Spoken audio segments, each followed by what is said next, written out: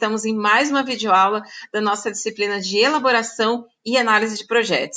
Na verdade, estamos quase no finalmente, hein? Está quase chegando aí no final da nossa disciplina.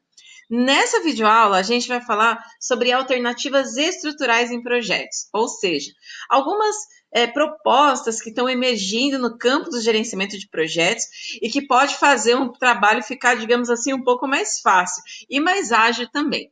Então, é sobre isso que a gente vai discutir um pouco nessa videoaula de hoje, tá certo? Então, a primeira dessas alternativas, sobre a qual eu gostaria de contar um pouquinho, é sobre uma situação que vem emergindo com bastante força, não só nas organizações privadas, mas também nas organizações públicas, que é a ideia da gente ter um pessoal de apoio para o gerente de projeto e para a equipe de projeto. E esse pessoal de apoio é conhecido como PMO, Project Management Office, ou escritório de projetos. Então, o pessoal que é do escritório de projetos é como se tivesse assim um setor dentro da empresa que fosse responsável só para dar esse suporte para as equipes que estão executando o projeto.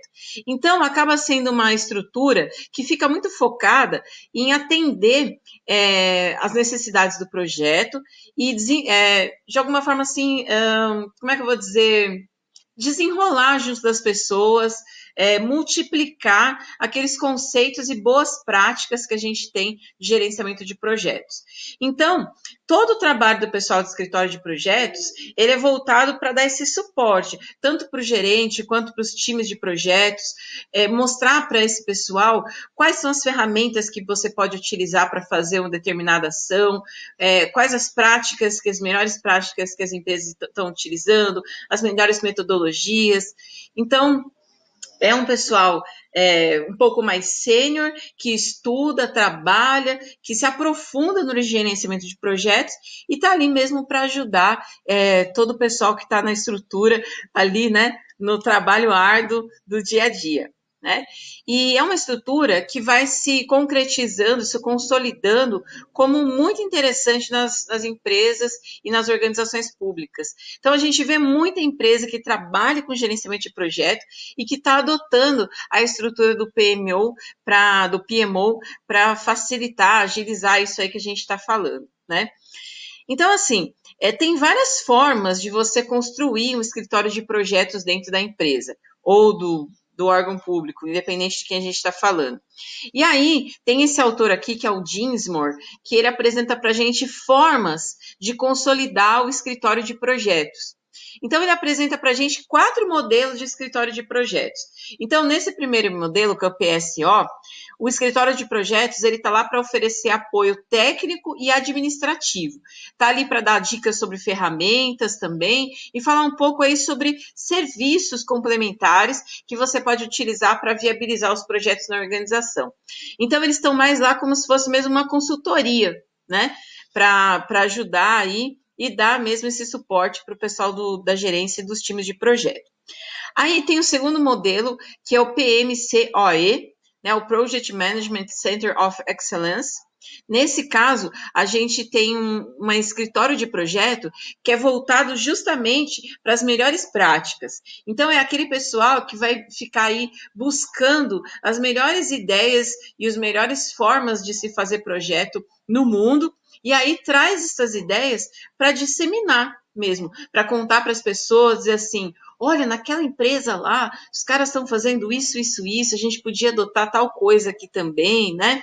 Então, são responsáveis por capacitar a equipe de projeto, trazer novas ferramentas, desenvolver isso junto ao pessoal, que é uma outra atuação bem bacana também.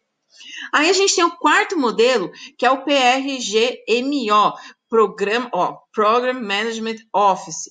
Então, esse tipo de escritório de projeto, ele é focado só no gerente de projetos. Ele não lida com metodologias, ele não cuida da parte administrativa, ele só cuida do gerente de projeto. Então, ele dá uma assistência focada nesse papel. Por que tem esse tipo de estrutura? Porque o gerente de projeto, ele acaba sendo aí uma figura que centraliza muitas coisas, né? Ele toma muita decisão, ele que vai dar os inputs para as equipes. Então, é fundamental ter alguém que esteja focado só também no trabalho deles. Então, essa é a proposta do PRGMO. né? E o quarto modelo, na verdade, de escritório de projetos é o CPO, que é o Chief Project Officer, que é aí uma outra configuração de time, né? E é uma configuração que já vai levar o planejamento, o gestão de projetos para um nível estratégico na empresa, já vai estar lá amarrado no alto nível da organização. Porque assim, projeto, como a gente vem falando durante toda a disciplina, você pode fazer projeto de um churrasco na tua casa e é um projeto. Então, ele acontece na empresa, ele acontece do nível operacional, acontece no nível tático e também acontece no nível estratégico. Só que quando você leva os projetos para o nível estratégico, eles vão ganhando uma importância maior. Então, eles entram no planejamento estratégico da empresa e vão ganhando força também. Então, nesse último caso aqui, o escritório de projetos, ele está focado justamente nesses projetos grandes, que impactam a empresa, que impactam a organização e que estão ali colocados no nível estratégico dela. Olha, independente do modelo que a gente esteja falando, de um desses 4 modelos, eu acho que é sempre bacana pensar em ter uma estrutura de projetos, de escritório de projetos para dar apoio. Porque muitas vezes o pessoal que está envolvido nos projetos, até o gerente de projeto mesmo, muitas vezes ele também é novo no negócio, ele também precisa de suporte.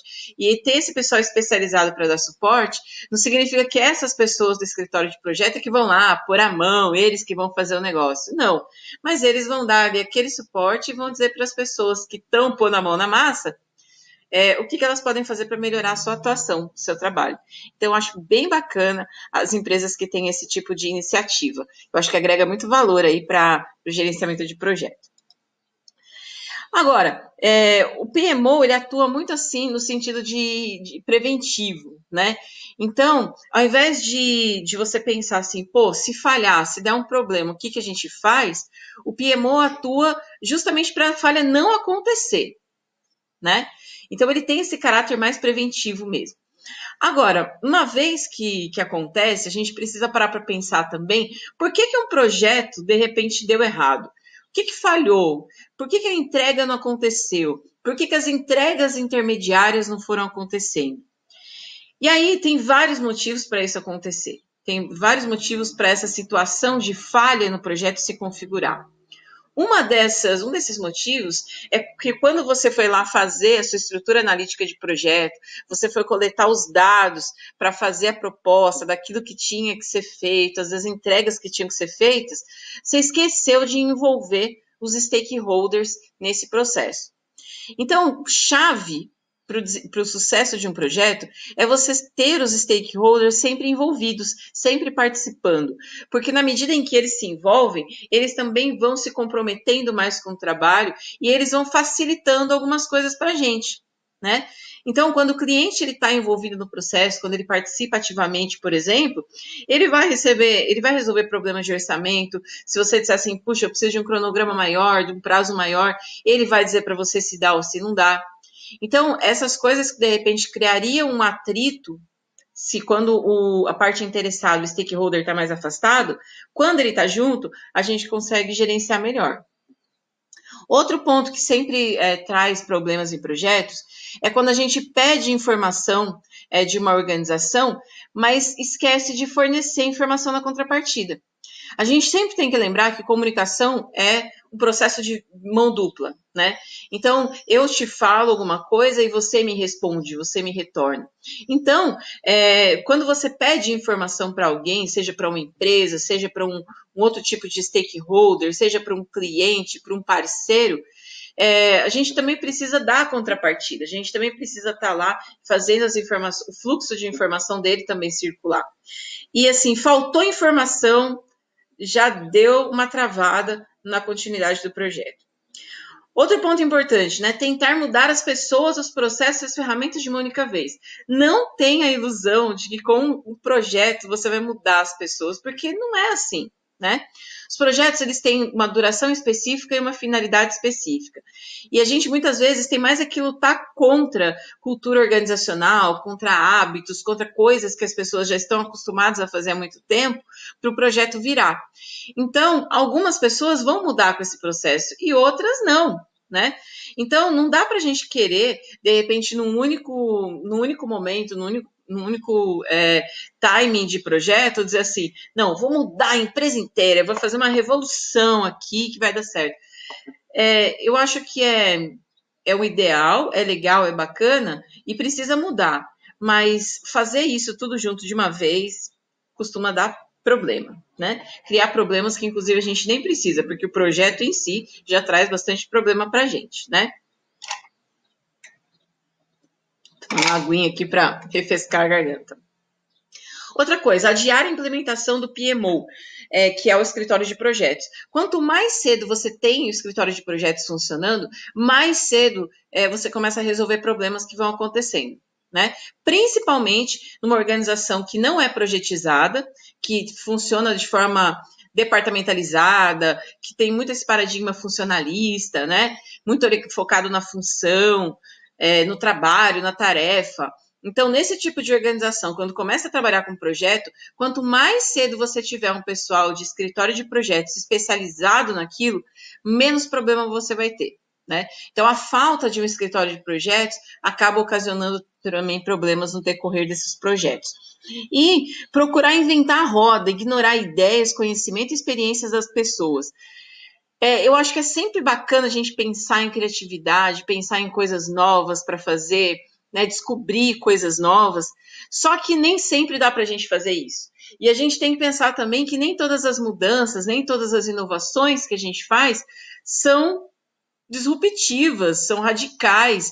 Tem muita mudança, muita inovação que é incremental, que assim, você muda uma coisinha de nada e já faz uma diferença enorme, né? Então, muitas vezes a gente tem que pensar assim, poxa, se alguém já fez isso, por que eu não posso aproveitar esse conhecimento que está gerado e a partir dele construir o meu? Né? Nem sempre a gente precisa ficar inventando tudo do zero. Tem muita coisa que já foi feita e muita coisa boa que já foi feita. E as melhores práticas, né, o benchmarking existe para isso, para a gente conseguir olhar para essas coisas bacanas, legais, e aproveitar isso. Assim como a gente aproveitar também a experiência e o conhecimento das pessoas.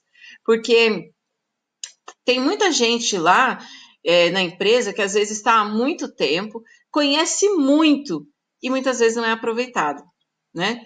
Assim como também tem muita gente jovem que está chegando, está com vontade e é às vezes podada, também tem aqueles que estão há muito tempo e que têm uma super potencialidade e também não foram aproveitados.